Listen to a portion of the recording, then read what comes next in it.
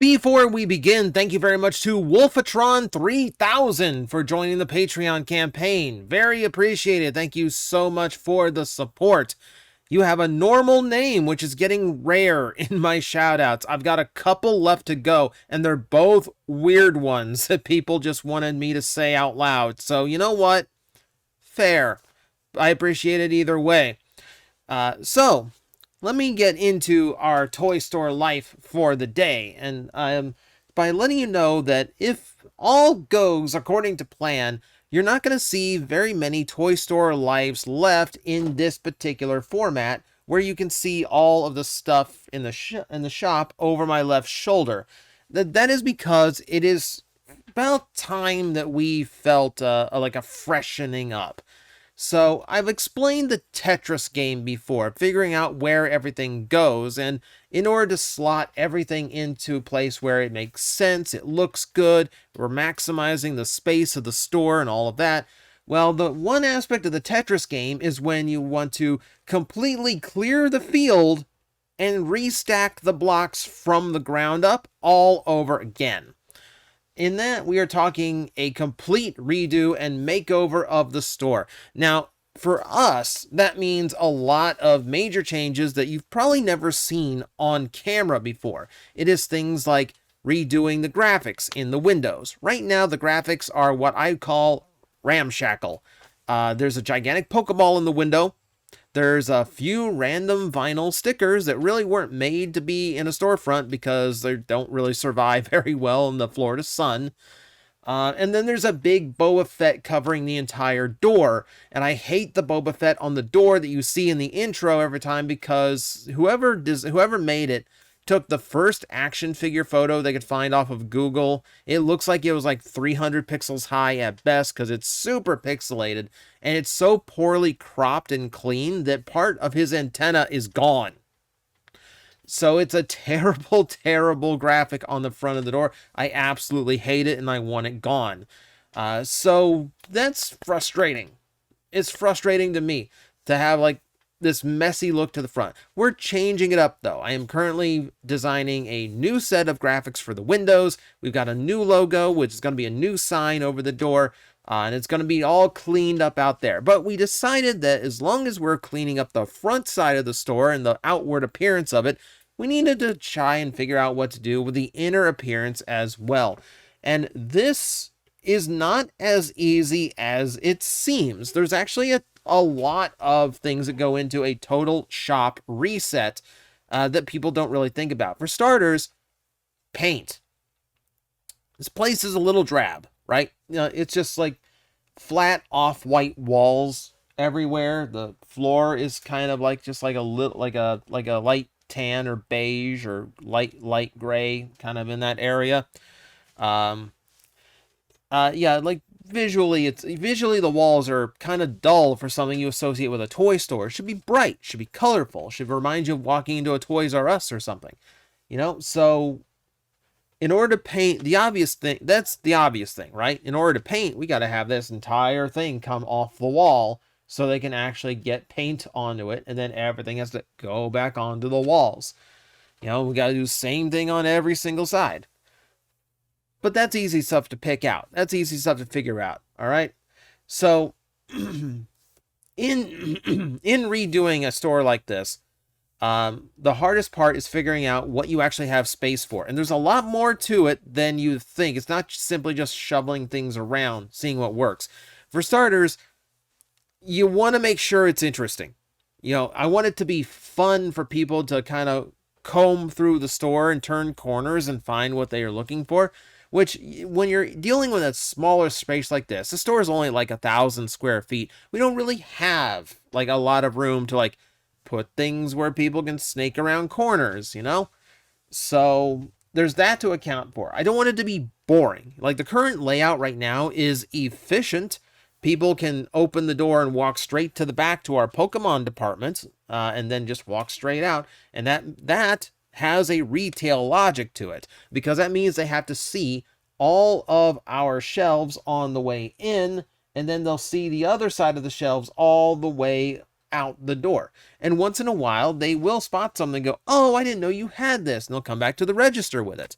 That's retail logic, but it is also dull. And it is also not very interesting. And for a toy store, for a collector's toy store, you want it to be as interesting as possible because you want it to be fun and engaging to browse around the place. So it's got to be whatever rearrangement we come up with, it's got to be interesting to go through. That's one major obstacle. There's another major obstacle, which is more like a courtesy. It's not a real it's not necessary, but we like to keep a 3-foot rule in the store. If you go to a lot of collector shops, you'll often find that they are very scrunched for space. I have been in collector shops where literally I had to go sideways to get through aisles, and there's very little wiggle room to get in and out of certain areas of it.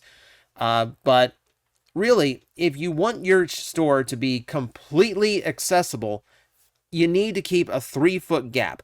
There are a lot of business and professional establishments that have to have a 3-foot gap to move through because that makes it handicap accessible. You need a 3-foot gap for someone in a wheelchair to be able to come through. And I have had a customer in a wheelchair in this store, and I'm very happy to say they made it through completely fine. They didn't crash into anything. They didn't have trouble navigating anything. And we'd really like to be able to keep that convenience, but that does entail having a lot more space taken up by just aisleway. So whatever rearrangement you come up with has to account for all of that. And then there's just the shape of the store itself that's kind of limiting. So our store is long. It's not very wide. If I'm looking at it right now, 6, 12. My best guess, maybe the store is like 18, maybe 20 feet wide at most. So that's not really that big of retail space, but going this way, it's a lot longer. But that means when you have things like these, like glass cases for things, they all have to be rearranged in some manner to make it interesting, but you can't exactly change the shape of things. And you need them to be accessible from the back, meaning that we have a very limited amount of area that we are able to move these to. So when we look around, what's the best thing? And so we might want to so the current idea is we're going to take these counters and we're going to run them all the way to that back wall there and just make the entire back like the counter space. So it looked almost more like how a pawn shop sets things up, where like the glass counters with all the good stuff are always closer to the back, where it's harder for anyone nefarious to get into them. The problem with that is it's going to cut off from the bathroom. Now, by Florida law, you do not have to allow access to customers to the bathroom unless you are either A, serving food, or B, have a waiting area. So doctors' offices are required to have an accessible bathroom. Technically, it means technically Walmart and Target don't need, well, I guess if they do have food up front, I guess that switches things around. But point being, in a small retail establishment like this, it's not required. So it's mostly just taking a convenience out, but that's not a necessary thing. So we got that in the works. And then we decided that all these units, these gondolas, if we turn them all this way and make them 2 by 2, we create this alleyway through the middle of them, and then kind of like it is now, except lengthwise. So then you have a lot of corners to snake through. All this has to come forward in order to do that, so it's going to be a tight space for us, but overall, I think it's going to be more fun for the customers. And yes, it's very tight, but I can keep to my 3-foot rule. Now, the layout is pretty much decided. We figured out how we want the store to be rearranged. But then there are more logistic problems that you have to solve after that. For instance, blind corners. Right now, the way the shop is set up, I can walk down this alley behind all of the glass cases, and I can see down all of the aisles, which allows me to see it, what the customers are always doing. Now, there are very few blind spots in here. The end of the end caps is the only thing I can't really see. Some of those areas in here closer to the door I cannot see, but we don't put anything high value or too interesting there. In order to do this store, I'm going to add, doing the rearrangement the way we talked about is going to create a lot more blind areas where people could potentially shoplift us. And we have had a couple incidents that we know of shoplifting. So, and that's what you're going to deal with in any retail establishment. That's always going to be a problem no matter what you're dealing in, no matter what your store is. People are going to try and steal from you. That's just how it works. So, the way to combat that is to rearrange your security arrangement. So if we need to put a camera looking down the aisles, that is a thing. Mounted mirrors, like those dome mirrors you'd see at like the ceilings at Walmart or something, those are used so the people working at the store can look around corners at people and see if they are pocketing anything. So mounting those becomes necessary. So now just rearranging the furniture becomes not only more expensive, but it becomes a security risk. That's always fun. Behind the camera right now is our Funko Pop section, which is currently at capacity. Like no matter what I do or what I shuffle around, we can't really fit any more than what we already have. And it's a section that we already want to redo, so it's more convenient for people to go through them. So the only way to add to it is to expand the section. Now remember, pulling all this back, which means all the Funko Pops are going to run even farther up this wall. That is the extra space that we need. However, it is not enough because the layout that we have, there's 6 gondolas here. The layout that we have requires the 7th gondola to move over there, meaning now I've added to this wall, but I have subtracted my space for the Funko Pop. So now I have to completely figure out brand new spacing in order to just equal the amount of space. Like right now we can equal the amount of space for Funko Pops with a switch up, but we need to expand the space. So, okay, how do we do this now? All right. So, I have all these grid walls. These little grids, they're 7-foot tall grid walls. They're lining around this corner and coming all the way back to right here, just behind the camera. Throughout the store, there's tons of grid wall here. It's the bread and butter of, there went a pop. It is like the bread and butter of any shop that needs to furnish the walls with, fairly affordably, and to do so with like a lot of what am I? God, I'm looking at the word for it. Like a lot of versatility. Let's put it that way. Modular. There's no way to put that modular in that tense. Never mind. You get my point. It lets you do a lot with the space. So, I have the crazy idea, which is I'm looking at this displays we have up against the window. So up against the window is 3 grids, walls that go this way, 1 that goes this way, and then a ceiling on top that secures the whole thing and makes it one sturdy structure. That's how we have display space in front of the windows, because obviously you can't nail grid wall to a window. So, the idea here, the only way I have of expanding the Funko section is to add to the grid. And we can't add any more in this way, so we have to add in this way. So, we'll expand out vertically and horizontally. So, I have to rearrange literally everything in this store and then somehow manage to salvage about at least 4, maybe at least 3 7-foot long grids and still replace them with things that would still fit everything, because like it still needs to all go back together correctly. So I need to find, and I will through all of this, I will need to find 3 more 7-foot tall grids in all this rearranging and rebuilding of the store, so I can add an interior wall that extends out this way and then tees off and ceilings off, so that creates an extra wall for the Funko Pop displays.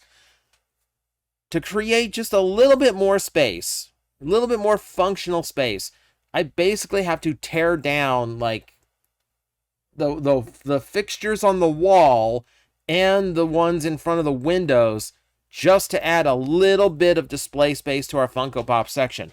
And again, to do that, I have to create a blind side where I cannot see what people are doing on that side of the Funko section. The good news is a store like this isn't as prone to shoplifting, not only because A, it's easier to spot a shoplifter in the store, but also because the people who come here, they have to search the store out, so they're generally not going to be doing that. Now, there is security in place. Don't think you can just come in and loot whatever you want, because we do have cameras, and there are some places where you're not going to see them, which is the point. So we try to keep it as secure as possible, but in order to actually mix things up, I have to take the risk of making it a little unsecure, and then we have to spend more money to make it more secure. And all of a sudden, what used to just be like, hey, let's freshen up the store, has not only become expensive, time-consuming, and potentially a security hazard. But you gotta do what you gotta do. You gotta keep it fresh. This store has been around 2.5 years now, and we've never really had a major shift in the format of the store. We have not had any major shift in the layout, and you need to shift and change up the layout from time to time because you don't want it to get stale. You want it to be fun when people come in here. You want them to be able to discover things, and making changes is a great way to do that. The easiest trick in retail is to just move things around a little bit so they are in different spots than the customer expects. It causes their mind to go, oh, wait, is that new? Or it makes them look in a direction they've never looked in before, and that gets them to buy things. So there is a psychology to rearranging things.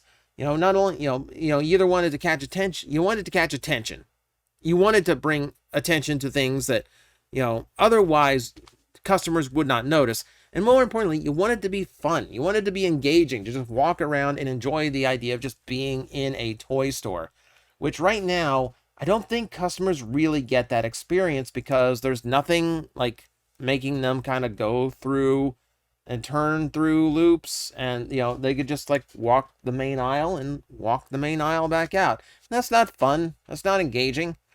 It's not that I want to make it a maze. There is a layout. I almost made a layout that almost had something like a maze pattern in the middle of it. It didn't work space-wise, so we axed that. But it was fun to think about. That was the important part. But yeah, it is a constant challenge. It is a constant challenge, and it is one that you have to constantly meet.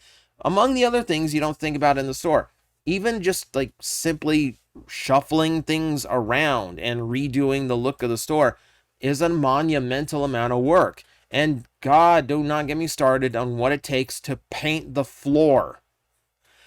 Not every piece of furniture has to come out for the day and somehow not get stolen or destroyed by Florida weather, and then it gets to come back in. It's an interesting process, and it's still one in the works. So, the great idea would be if window graphics were done, new sign was up, paint was on the wall, and all the stuff was rearranged in about the same week's time, so we can do something like a second grand opening of the store. Make it a super exciting event that everything is bright, shiny, and new. That's the hope anyway. And we'll see if we actually get there. Of course, I'll do a video about it if we do. But for now, yeah, that's what's going on here. We are looking at a total, and we're looking at an extreme makeover on a building size scale. And somehow I am the one who's left to figure the whole thing out on my own and just hope that someone approves of it and that somehow I actually had a good idea for what the store is going to look like in a few months. And then we'll see if we actually do manage to pull it off. But yeah, one of the random responsibilities I never thought I would get to handle when working in retail space: interior design. But sometimes the job calls for it, because that's the toy store life. Yeah, I guess I'll give Bardic to Pain. Pain, my #1 good best friend. You got this. You're just basically like Caboose at this point. Just Our like- church. Oh god. That's all right. Let's keep this pain train going. The caboose is here. Son of a bitch. No. And yeah, This you'll get makes me Bardic. Tucker. I'm quitting. Gauss, take 2 psychic damage.